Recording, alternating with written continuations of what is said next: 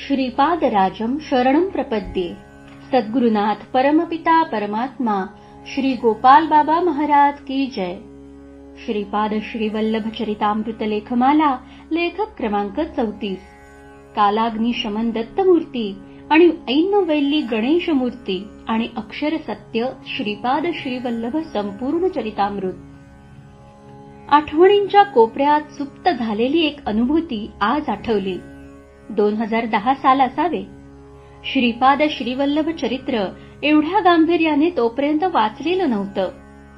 सद्गुरुनाथ परमपिता परमात्मा श्री गोपाल बाबा महाराज पिठापूर यांचे सशरीर नुकतेच आगमन झाले होते। एका पहाटे एका जुन्या पद्धतीच्या मातीच्या घरात एक तरुण गृहस्थ फक्त धोतर नेसलेले, भिंतीमधील उघड्या देवघरासमोर पूजेसाठी मांडी घालून बसलेले। त्यांच्या समोरच्या भिंतीत दगडी 1.5 फूट उंचीच्या 2 मूर्ती एकाखाली एक होत्या। वरची मूर्ती गणपती व खालची काळी मूर्ती दत्तात्रेयांची होती। गांभीर्याने वारंवार श्रीपाद श्रीवल्लभ संपूर्ण चरितामृत वाचल्यावर समजलं की ते गृहस्थ श्रीपाद श्रीवल्लभ स्वामींचे वडील श्री घंडीकोटा लक्ष्मी नरसिंह अप्पलराज शर्मा होते आणि वरील मूर्ती त्यांचं ग्रामदैवत ऐनवेली गणेश व खालील मूर्ती पूजेत रोज प्रकट होणारी श्री कालाग्नी शमन दत्तात्रेयांची।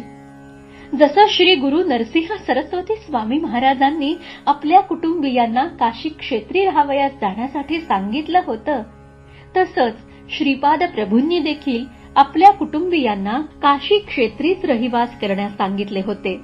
काळाच्या ओघात श्रीपादांच्या घरातील पूजित या 2 मूर्ती कुठे असतील? पिठापूरला की काशीला? श्रीपाद म्हणजेच सद्गुरुनाथ परमपिता परमात्मा श्री गोपाल बाबा महाराज जाणोत। हिराचंद गोपालचंद कोठारे दिगंबरा दिगंबरा श्रीपाद वल्लभ दिगंबरा।